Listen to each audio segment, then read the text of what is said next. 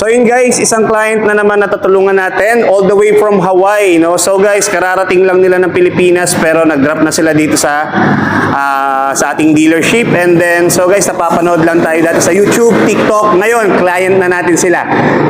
Di bali, congratulations po Sir Jimmy and then Ma'am Teresita all the way from Hawaii. Pero dito sila tumutuloy sa San Pedro. So guys, greens, bronze, metallic ang kinuha nila. Di bali, expander cross ang inabihin nila. Sir, ma'am, hingi lang konting message sa transaction natin.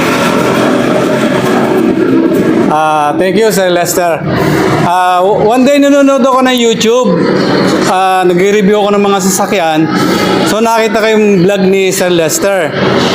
Sabi ko sa kanya, nung makita ko siya, yung vlog niya, then the number, tinawagan ko agad siya. Sabi ko, Sir, matutulungan mo ba akong mag-car loan kahit na dito kami sa Hawaii?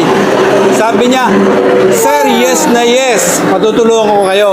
So that's it. Eto na nga. Lumabas na. Ang bilis-bilis. Ang bilis-bilis niya ma-approve. So yun lang guys. Kung kailangan nyo, kahit hindi expander cross, any Mitsubishi, kung kailangan nyo, dito lang po kayo pumunta. Peak Motors, dito po sa Abad Santos. At hanapin si At hanapin Lester. po si Sir Lester. Magaling po si Sir Lester. Marami akong pinanood na mabilis siya magpalabas sa sasakyan. Yun lang po at maraming salamat.